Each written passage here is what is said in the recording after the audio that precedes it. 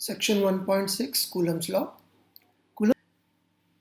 Coulomb's law जो है वो हमको बताएगा कि फोर्स का मैग्नीट्यूड कितना आएगा, क्वांटिटिव स्टेटमेंट है। और बहुत इंपॉर्टेंट बात जो यहाँ पर करी जा रही है वो है पॉइंट चार्जेस। पॉइंट चार्जेस का मतलब अक्सर लोग जो है नाम सुन के अपनी फीलिंग से लगा लेते हैं कि जी जो पॉइंट हो जो कि बहुत छोटा हो। देखिए छोटा और बड़ा जो है यहाँ पे जो एनसीईआरटी कह रही है वो ये कह रही है कि छोटा और बड़ा जो है वो एब्सोल्यूट में नहीं होता। जैसे एक डॉग है वो बड़ा भी हो सकता है लेकिन हाथी के मुकाबले छोटा ही होगा, या हाथी जो है वो ब्लू व्हेल के मुकाबले छोटा ही होगा। वैसे तो यहाँ पे क्या लिखा हुआ है, when the linear size of charge bodies are much smaller than the distance separating them.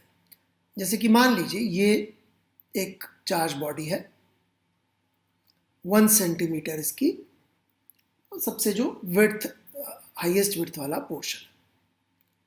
ये एक और चार्ज बॉडी है, ये 2 सेंटीमीटर की है। और यदि इनके बीच में दूरी है 10 मीटर, अब यहाँ पे आपके दिमाग में आ सकता है 10 मीटर पास वाला पॉइंट या दूर वाला पॉइंट। जब उनकी साइज इतनी छोटी है कंपेयर टू 10 मीटर तो डोंट वरी अबाउट इट कि वो किन पॉइंट्स के बीच में है, अपन अच्छा नंबर ले लेंगे जिससे कैलकुलेशन। तो ये कह रहे हैं कि इस सिनेरियो में it is like a point charge. और इसी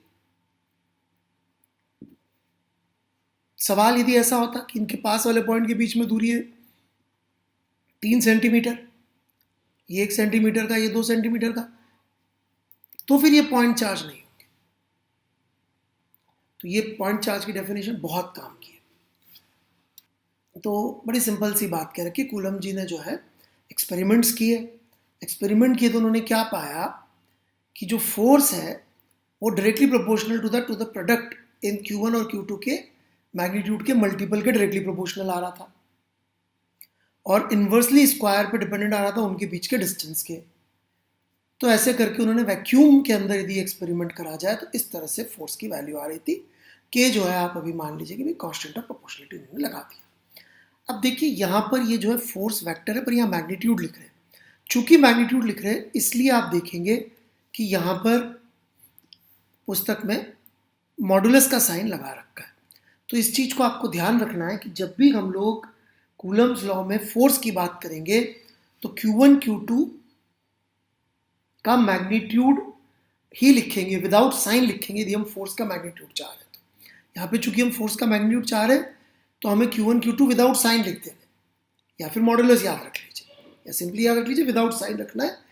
भले ही नेगेटिव चार्ज दे रखा परंतु आपको मैग्नीट्यूड निकालना है तो -3 में आंसर नहीं देना। जैसे कि इस लॉ को यूज करें अपन किस केस में यूज कर पाएंगे, ए में कि बी में? ऑब्वियसली ए में यूज कर पाएंगे, बी में कूलम्स लॉ नहीं लगेगा, ए में लग जाएगा। और मान लीजिए ये है 3 कूलम, ये है -2 कूलम। कोई पूछे इनके बीच के फोर्स के लिए फॉर्मूला लिखिए तो हम फॉर्मूला ही ऐसे लिखेंगे।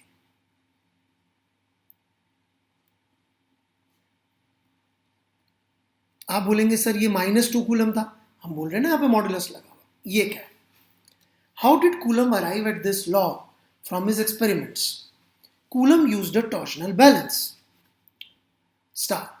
A torsion balance is a sensitive device to measure force. It was also used later by Cavendish to measure the very feeble gravitational force between two objects to verify Newton's law of gravitation.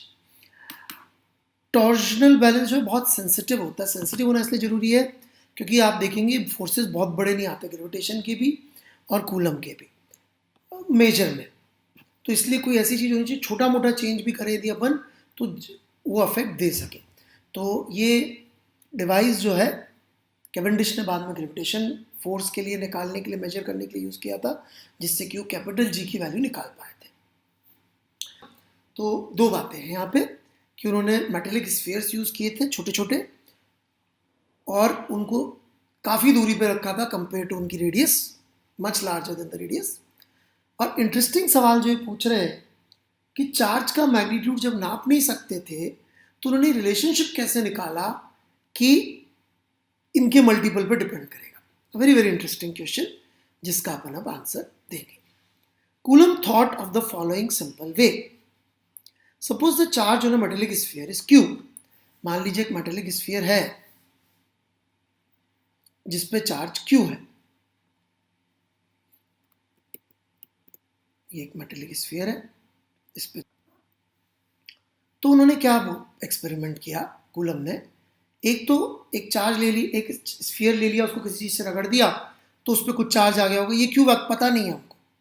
अब उन्होंने एक identical दूसरा metallic sphere लिया और लाके इससे touch कर दिया।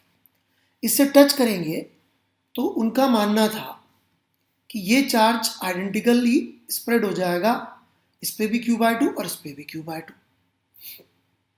दोनों पे आधा आधा चार्ज चला जाएगा।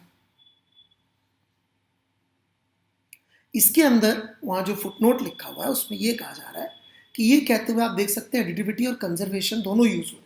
बिल्कुल सही बात है। एक्चुअली देखा जाए तो अपन लिख सकते हैं ऊपर वाले पे Q1 था, नीचे वाले पे Q2 था, तो Q1 plus Q2 is equal to Q। ये इक्वेशन आप देखेंगे तो इसमें एडिटिविटी भी इन्वॉल्व है और इसको इक्वल किया Q के तो कंजर्वेशन भी इन्वॉल्व है।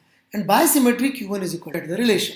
अब देखिए बड़ा आसान है, ये एक आपको मिल गया Q/2 वाला, एक और स्फीयर, अब इसको ले लो आप स्फीयर को अलग से, ब्लू वाले को जो Q/2 चार्ज था, और इसको यदि आप एक और स्फीयर से कॉन्टैक्ट में ले आओ तो अब ये Q/2 बढ़ जाएगा और इस पे आ जाएगा Q/4 और इस पे आ जाएगा Q/4। अब आप पेयर्स डिसाइड कर लो कि मैं इस Q/4 को इस Q/2 से कॉन्टैक्ट में लाता हूँ या एक ओरिजिनली जो Q था उससे कॉन्टैक्ट में नहीं सॉरी के पास में रखता हूँ और फोर्स नापता हूँ कि भाई दोनों के बीच में कितना फोर्स आ रहा है। तो ऐसे अलग अलग रेशियो यदि आप रख के देखेंगे तो आराम से आप रिजल्ट निकाल सकते हैं कि दोनों के मैग्नीट्यूड के प्रोपोर्शनल आ रहा है। साथ में उन्होंने क्या किया, चार्जेस को तो फिक्स कर दिया और उनके बीच में डिस्टेंसेस वेरी कर लिए। तो जब उनके बीच में डिस्टेंसेस वेरी करे तो डिस्टेंस वाला भी रिलेशनशिप लेकर निकल आया और इस तरह से उन्होंने इक्वेशन 1.1 माइनस 10 मीटर।